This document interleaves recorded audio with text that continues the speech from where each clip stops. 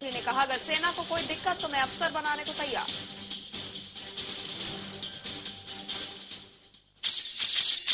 एक एनआरआई बाबा, एक एनआरआई महिला, स्वामी नित्यानंद की साधना, बेंगलोर के आश्रम में दीक्षा और नतीजा बलात्कार का आरोप।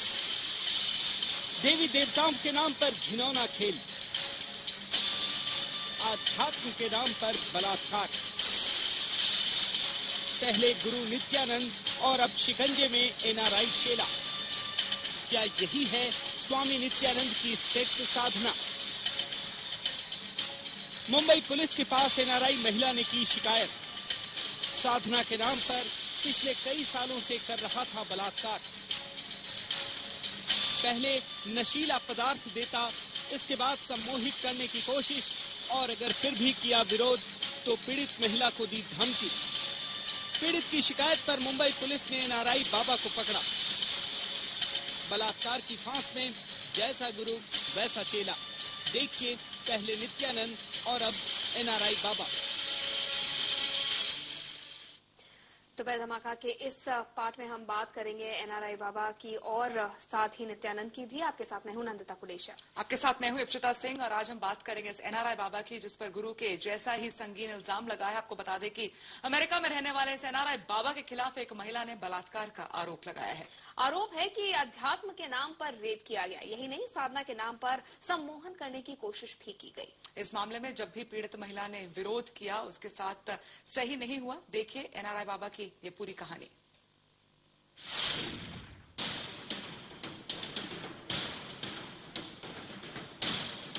पहले बाबा नित्यानंद और अब बाबा के शिष्य।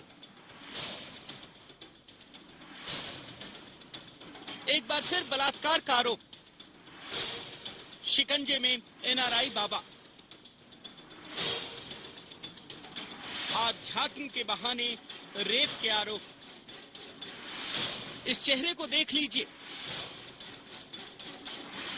भारतीय मूल के इस अमेरिकी नागरिक का नाम है बाबा विक्रम द्रविड़, स्वामी नित्यानंद का शिष्य। बिल्कुल वैसे ही हाव भाव, खुद को नित्यानंद की तरह ही पेश करने की कोशिश करता, और अब आरोप भी गुरु नित्यानंद की तरह ही लगे। इस एनआरआई बाबा पर बलात्कार के संगीन आरोप हैं।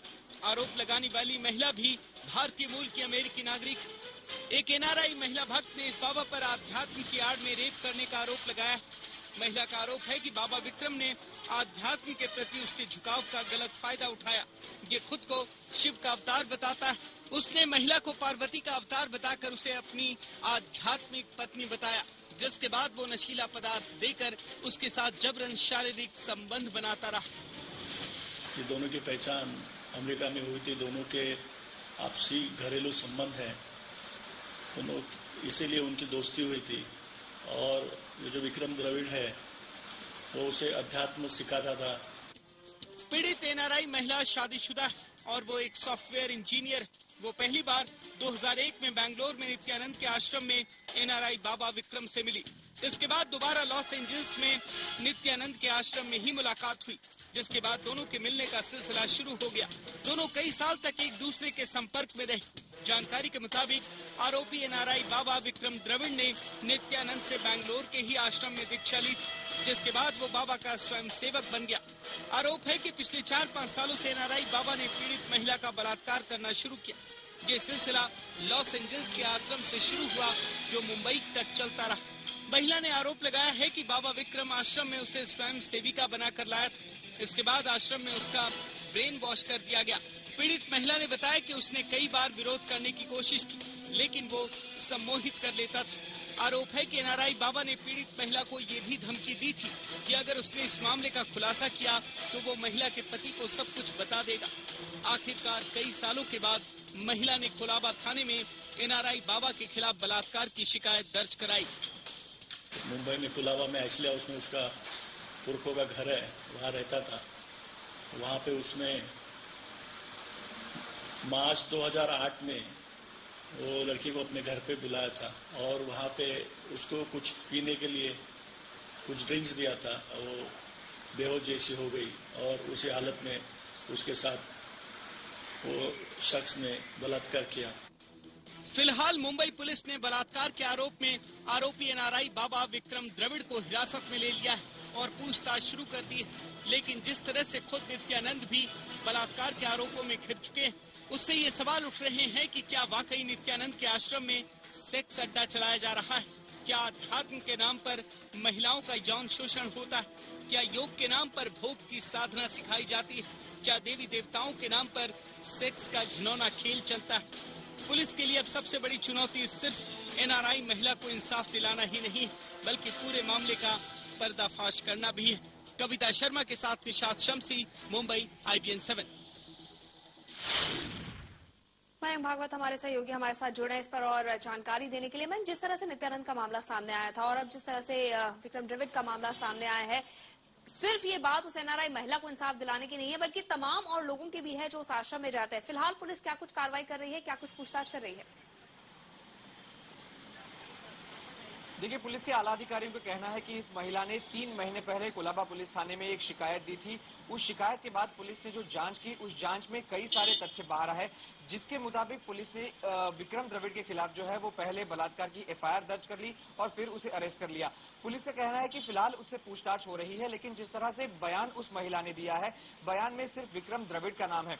पुलिस ये जरूर मान रही है कि स्वामी नित्यानंद के कर्नाटक के आश्रम में ये दीक्षा ले चुका है, वहां पर ये कई साल रह चुका है, ये महिला भी उसके साथ वहां पर रह चुकी है। लेकिन क्या ये पूरा मामला जो है वो स्वामी नित्यानंद के आश्रम से जुड़ा हुआ है? पुलिस का ये कहना है कि अभी तक इस पूरे मामले को लेकर तफ्तीश चल रही है, कोई पुख्ता सबूत जो है वो उनके सामने नहीं आए। लेकिन जांच इसी दिशा में भी हो रही है कि आखिरकार इस महिला के साथ क्या नित्यानंद के आश्रम में भी इसी तरह का सलूक तो नहीं किया गया। तो कई सारी चीजें हैं जिस दिशा में पुलिस की जांच फिलहाल चल रही है। बिल्कुल, और साथ ही में मयंक, जिस तरीके से इस बाबा की अब गिरफ्तारी हो चुकी है, क्या कुछ और ऐसे बाबा हो सकते हैं? क्योंकि अगर स्वामी नित्यानंद की भी बात की जाए, वो भी गिरफ्तार हो चुके थे ऐसे ही कुछ मामलों में। क्या आश्रम में भी जाकर दूसरे जो उनके सेवक हैं, क्या उनसे पूछताछ की जा सकती है एनआरआई बाबा के बारे में और जानकारी जुटाने के लिए? देखिए, पुलिस के अधिकारी कहते हैं कि फिलहाल इस महिला ने सिर्फ विक्रम द्रविड़ का ही नाम लिया है, लेकिन जिस तरह से ये पूरा मामला उन्होंने नित्यानंद के आश्रम तक भी ले गई है, पुलिस का कहना है कि वहां पर जाकर भी जो है वो इस पूरे मामले में छानबीन जरूर करनी पड़ेगी। फिलहाल नित्यानंद के आश्रम से कुछ लोगों से पूछताछ के बारे में पुलिस खुलकर नहीं कह रही।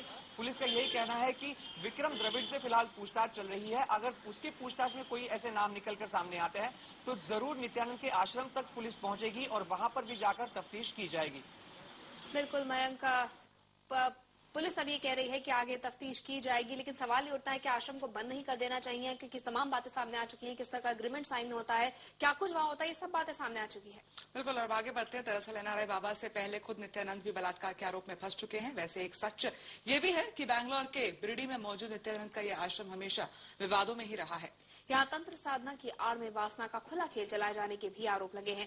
इस काली करतूत को ढकने के लिए बाकायदा एक एग्रीमेंट तैयार किया जाता है। इस एग्रीमेंट के एक एक लाइन लंपट बाबा की अय्याशी की गवाह है।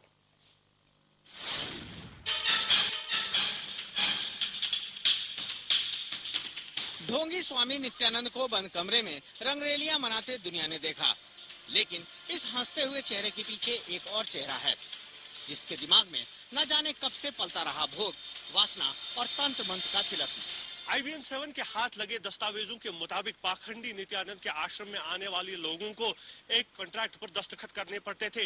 इन कागजों में लिखा होता था कि भक्त अपनी मर्जी से आश्रम में हो रहे तंत्र मंत्र और वासना के खेल का हिस्सा बन रहे हैं। अब तक तो लोग यही आरोप लगा रहे थे कि नित्यानंद लड़के लड़कियों के साथ सेक्स करता है, लेकिन ताजा खुलासा इससे ज्यादा चौंकाने वाला है। इस दस्तावेज को जरा गौर से देखिए। यह है सेक्स कॉन्ट्रैक्ट का पहला चैप्टर। इसका एक एक हर्फ नित्यानंद की नीयत पर सवाल खड़े करता है।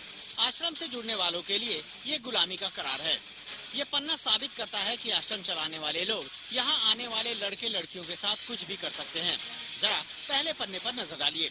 सबसे ऊपर अंग्रेजी में लिखा है नॉन डिस्क्लोजर एग्रीमेंट कॉन्फिडेंशियल, यानी ये करार पूरी तरह से गोपनीय है। नीचे लिखा नाम हम आपको नहीं दिखा सकते। अब जरा आश्रम का पता देखिए। ध्यानपीठ चैरिटेबल ट्रस्ट, बिदाड़ी, बैंगलोर। आश्रम से जुड़ने वाले इस बात के लिए सहमत हैं कि आश्रम में तंत्र साधना कराई जा सकती है। इस करार पर दस्तखत करके यह साबित किया जाता है कि आश्रम में आने वाले लोग तंत्र साधना के दौरान पेश आने वाली किसी भी परेशानी या घटना के लिए स्वामी नित्यानंद या फिर आश्रम के किसी भी कार्यकर्ता को जिम्मेदार नहीं ठहराएंगे। देखा आपने, अगर तंत्र साधना के दौरान किसी भक्त के साथ कोई हादसा पेश आता है तो आश्रम उसके लिए जिम्मेदार नहीं होगा। कानूनी पचड़े से बचने के लिए नित्यानंद ने पूरा इंतजाम किया था। आश्रम में आने से पहले ही किसी भक्त को ये लिख कर देना होता कि वो अपनी मर्जी से ऐसा कर रहा है। कॉन्ट्रैक्ट में स्वामी नित्यानंद का नाम भी साफ साफ लिखा है। इन दस्तावेजों से साबित होता है कि ढोंगी नित्यानंद ने एक सोची समझी साजिश के तहत ये पूरा मकड़जाल रचा था ताकि पुलिस के हाथ उसकी गर्दन तक न पहुंचे। इन दस्तावेजों से यह साबित होता है कि स्वामी नित्यानंद एक शातिर दिमाग का इंसान है, जिसने अपने नापाक इरादों को कामयाब कराने के लिए पूरी तरह से अपने आप को कानून के शिकंजे से बचाने की कोशिश की है। आश्रम में तंत्र साधना अपने आप में सवाल खड़े करती है, लेकिन इससे भी बड़ा सवाल है वो तरीका जो साधना और वासना को एक साथ मिलाकर अपनाया जाता है। योग के साथ भोग को मिलाने वाला ये नुस्खा नित्यानंद के आश्रम में धड़ल्ले से इस्तेमाल होता है। ढोंगी नित्यानंद के सेक्स एग्रीमेंट का पहला पन्ना वासना के इसी रंग से रंगा पड़ा है। यासिर मुश्ताक, बैंगलोर, IBN 7। दस्तावेज गवाह है कि नित्यानंद के आश्रम में सिर्फ तंत्र साधना ही नहीं होती थी, बल्कि भक्तों को अश्लील साहित्य पढ़ने और रखने की भी इजाजत दी जाती थी। तंत्र साधना की इच्छा रखने वाले लोगों को धार्मिक ग्रंथ नहीं, अश्लील साहित्य और वीडियोस दिखाए जाते थे। यहाँ तक कि आश्रम के लोग भी उसके साथ सेक्स संबंध बना सकते थे।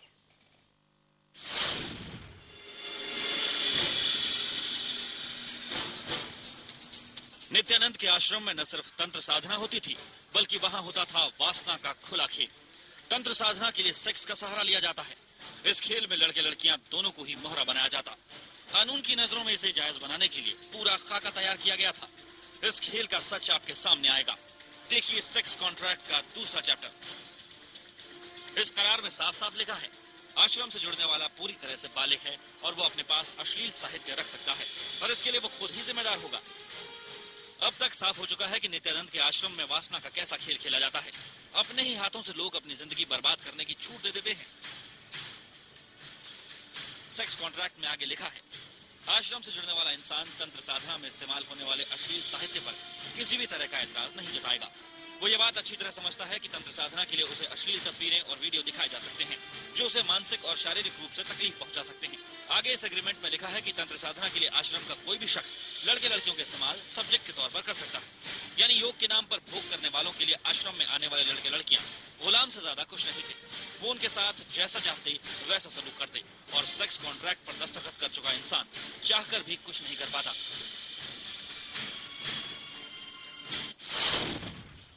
और इस नित्यानंद का भी चेला भी सामने आया है, जिसको फिलहाल पुलिस ने गिरफ्तार कर लिया है। छोटा सा ब्रेक यहाँ पर लेते हैं, ब्रेक के बाद लौटेंगे।